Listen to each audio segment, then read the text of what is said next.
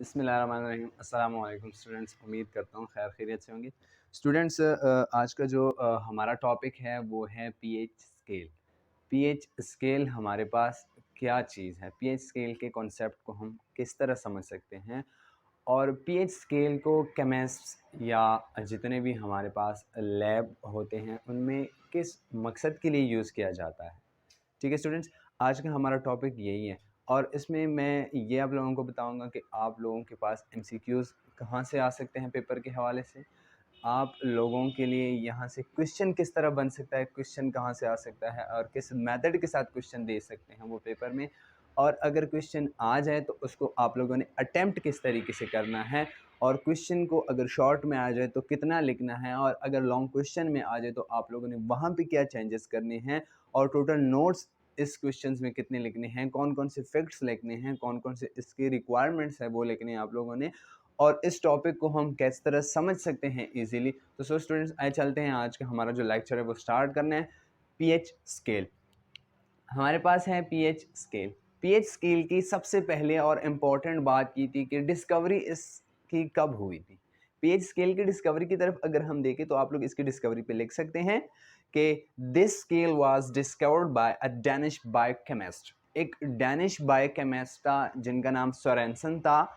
Sorensen in 1909, that mean 1909 में 1909 में 1909 में हमारे पास उसने डिस्कवर की थी। किस चीज़ के लिए, किस पर्पस के लिए, what was the purpose of Sorensen that he discovered the pH scale? So to determine the concentration of hydrogen ions and hydroxyl ions by pH and pH। तो सो वो चाहता था कि हमारे पास अगर एक सोल्यूशन है, उस सोल्यूशन में हाइड्रोजन और हाइड्रोक्सल आयन की कंसंट्रेशन को किस तरीके से फाइंड आउट किया जाए। तो उस पर्पस के लिए उसने जो था डैनिश बायोकेमिस्ट सोरेनसन ने इसकी डिस्कवरी की थी इन 1909 में। सो स्टूडेंट्स, ये थे हमारे पास इसकी डिस्कवरी के हवाले से बात कि अगर आप लोग इसको डिस्कवरी के साथ लिखते हैं क्वेश्चंस में तो आई होप कि आप लोगों के मार्क्स जो होते हैं ना वो बहुत ही मैटर करते हैं। For the most of the time जब भी पेपर चेक होता है तो स्टूडेंट्स के क्वेश्चंस को देखा जाता है कि उसने किस पैरामीटर पे क्वेश्चन को लिखा है। सो स्टूडेंट्स, ये पहली बात थी, डिस्कवरी थी हमारे पास पीएच स्केल के हवाले से कि पीएच स्केल की डिस्कवरी किसने की थी, कब हुई थी और किस पर्पस के लिए इसकी डिस्कवरी हुई थी। So students, if we look toward the definition of pH, what does it mean of pH? How we can define pH? Basically pH mean that mean the molar concentration of hydrogen ions in any kind of aqueous solution. The concentration of hydrogen ion is called pH. pH mean that hydrogen ions की जो concentration होती है आप लोगों के पास aqueous solution में, उसको हम कहते हैं कि हमारे पास pH है। What does it mean of aqueous solution? Aqueous solution क्या होता है हमारे पास students? aqueous solution, any kind of a solution that is in the form of liquid or in a form of water, जिसमें हमारे पास solvent या solution जो होता है इन लिक्विड फॉर्म में होता है, उस किस्म के सोल्यूशन को हम एक्वस सोल्यूशन ही कहते हैं। सो नेक्स्ट जो हमारे पास इसकी जो डिफिनीशंस के साथ आप लोग समझें या जो इसकी एक्सप्लेनेशन में पॉइंट हमारे पास आता है वो ये है कि the scale that chemists use to describe the concentration of hydrogen ions in a solution is called pH scale. तो सर ये हमारे पास आ जाती है पीएच की डिफिनेशन के बाद पीएच स्केल की डिफिनेशन। पीएच स्केल की डिफिनेशन आप लोग यूं कर सकते हैं कि the scale that is used to determine the concentration of hydrogen ions in a solution is called pH scale.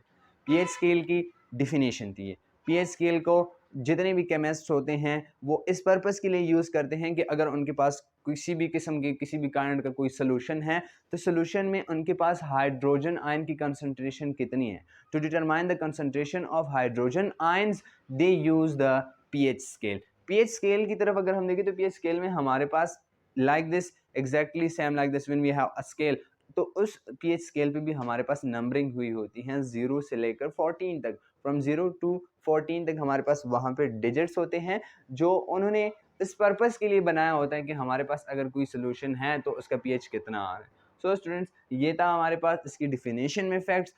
और नेक्स्ट अगर एक्सप्लेनेशन में हम पॉइंट्स लिखना चाहें तो हमारे पास एक्सप्लेनेशन किस तरीके से कर सकते हैं और कौन से पॉइंट्स लिखने चाहिए और कौन से पॉइंट्स पे मार्क्स आते हैं आप लोगों के।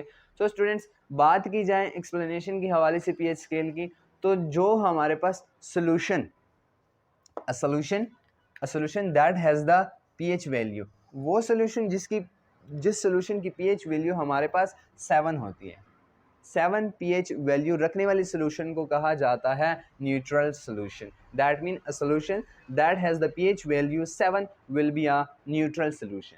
दैट मीन कि ना तो वो आप लोगों के पास एसिडिक होगा और ना ही वो हमारे पास बेसिक होगा। तो सो स्टूडेंट्स, इसकी एग्जांपल्स क्या हो सकता है? इसका एग्जांपल हमारे पास है वाटर। क्या है? Water is example of neutral solution, क्योंकि इसका पीएच हमारे पास 7 होता है। पीएच 7 का मतलब क्या है? पीएच 7 का मतलब ये है स्टूडेंट्स कि हमारे पास the kind of a solution in which concentration of hydrogen and hydroxyl are equal in phase, जहाँ पे हमारे पास हाइड्रोजन और हाइड्रोक्सल आयन की कॉन्सेंट्रेशन इक्वल होती है, उस किस्म के सोल्यूशन का पीएच हमारे पास न्यूट्रल होगा। दैट मीन 7 होगा, and water is the example of that kind of a solution. So next fact about the pH scale or a solution type, that mean a solution that has the pH value less than 7. If you look toward a solution and a kind of a solution that has less than pH value 7, so that kind of a solution will be acid. What does it mean of acid? Acid mean that जिस solution का हमारे पास pH value क्या है? I have already explained previously कि हमारे पास pH value अगर किसी solution की कम होती हैं तो उसको हम कहते हैं ये हमारे पास एसिड होता है स्टूडेंट्स। सो एसिड के एग्जांपल की तरफ अगर हम देखें, विनेगर की तरफ अगर हम देखें, HCl की तरफ अगर हम देखें, H2SO4 that is called sulphuric acid, तो उनकी pH वैल्यू हमारे पास क्या होती हैं? उनकी pH वैल्यू हमारे पास कम होती हैं। किससे कम होती हैं? दैट मीन लेस देन 7, उनकी pH वैल्यू लेस देन 7। अगर आप लोगों के पास कोई सोल्यूशन है जिसका pH 1 है, दैट विल बी एसिड, 2 है एसिड, 3 है एसिड, 4 है एसिड, 5 है एसिड, 6 है एसिड, एंड ऑनवर्ड अगर आप लोगों के पास किसी सोल्यूशन का pH 7 आ जाता है तो that will be neutral in nature. That mean कि ना तो वो एसिडिक होगा और ना ही बेसिक होगा। लेकिन अगर 7 से लो है, 7 से लेस है आप लोगों के पास pH किसी सोल्यूशन का, तो वो हमारे पास होगा एसिड।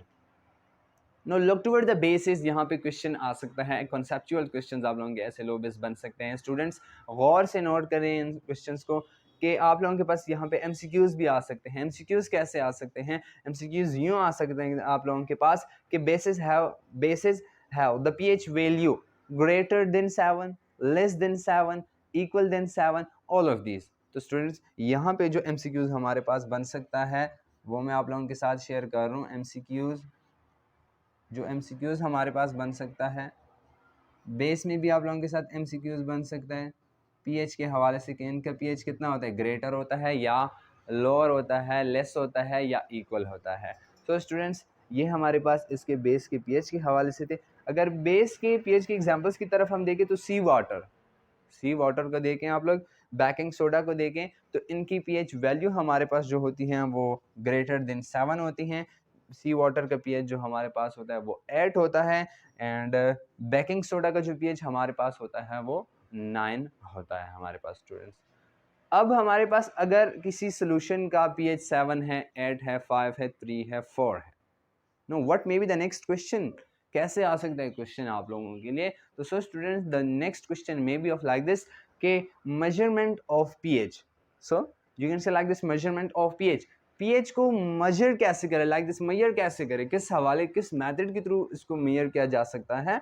तो so students the following methods are used for the measurement of solution pH. किसी भी सॉल्यूशन की पीएच को मेजर करने के लिए हमारे पास कुछ अपैरेटस, कुछ टेक्निक्स, कुछ मेथड्स यूज़ होते हैं, जिनमें सबसे पहले नंबर पे जो हमारे पास मेथड यूज़ किया जाता है बाय द केमिस्ट, वो होता है हमारे पास students universal paper. That is called universal paper और पीएच पेपर या यूनिवर्सल पेपर ही उसको कहते हैं, जिसकी ज़रिए से केमिस्ट जो होते हैं लैब में या केमिस्ट जितने भी होते हैं जहाँ पे, वो क्या कर सकते हैं, सोल्यूशन के पीएच को मेजर कर सकते हैं। सोल्यूशन के पीएच को इस तरह मेजर कर सकते हैं कि उस पर ऑलरेडी कलर्स चार्टेड होते हैं कि जो कलर आपको सोल्यूशन देगा उसको उस जो है ना एक्चुअल कलर से मैच करके उनकी पीएच की वैल्यू निकाल के आप फाइंड आउट कर सकते हैं कि किस तरीके से आप लोगों के लिए जो है ना यहाँ पे यूनिवर्सल पेपर या मेजरमेंट कर सकते हैं। आई विल ट्राई कि आप लोगों के लिए मैं प्रैक्टिकली ये चीज़ें इंशाल्लाह अरेंज करूँ कि प्रैक्टिकली आप लोगों को समझ में आ जाए कि हाँ वाकई में हम इस तरीके से जो है ना प्रैक्टिकल तौर पे हम किसी भी सोल्यूशन का पीएच फाइंड कर सकते हैं। दूसरा स्टेप जो है स्टूडेंट्स वो है कि अगर हम लेबॉर्ट्रीज़ की तरफ देखें तो laboratories we use the litmus paper for a solution identification. किसी भी किस्म की सोल्यूशन की आइडेंटिफिकेशन के लिए हम लेबॉर्ट्रीज़ में most of the time we use the litmus paper. Litmus paper हमारे पास जो होता है एक पेपर शेप होता है, पेपर ही होता है जिसके दो कलर होते हैं, red colour and blue colour.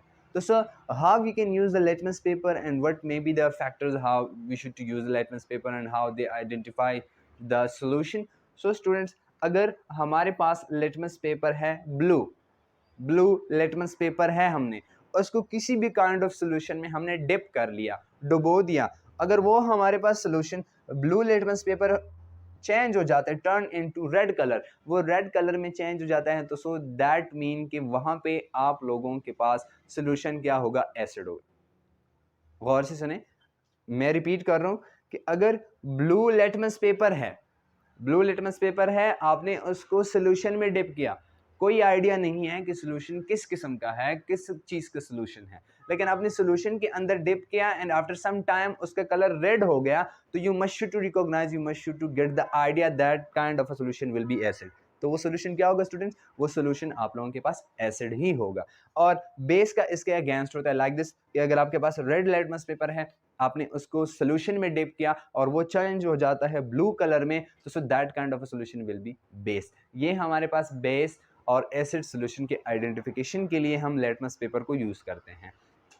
और किसी भी सोल्यूशन के पीएच को फाइंड आउट करने के लिए यूनिवर्सल पेपर या पीएच पेपर को ही यूज़ किया जाता है। तो सो स्टूडेंट्स, ये थे हमारे पास आज का हमारा लेक्चर, जिसमें हमने सीखा कि हमारे पास हैं पीएच स्केल की डिस्कवरी, पीएच स्केल की डिफिनेशन और पीएच स्केल की हमारे पास एक्सप्लेनेशन में हमने क्या लिखना है, एक्सप्लेनेशन हम किस तरीके से कर सकते हैं and up to so on कि हम मेजरमेंट किस तरीके से कर सकते हैं किसी भी सोल्यूशन की पीएच की। और ये हमारे आज का लेक्चर, और इसके साथ साथ मैंने आप लोगों के साथ यहाँ से एमसीक्यूज़ भी शेयर किए हैं कि एमसीक्यूज़ हमारे पास बेस से भी एमसीक्यूज़ बन सकता है, एसिड से भी एमसीक्यूज़ बन सकता है और हमारे पास न्यूट्रल से भी एमसीक्यूज़ बन सकता है। तो सो स्टूडेंट्स, आई होप कि आप लोगों को आज का लेक्चर क्लियर हो गया होगा।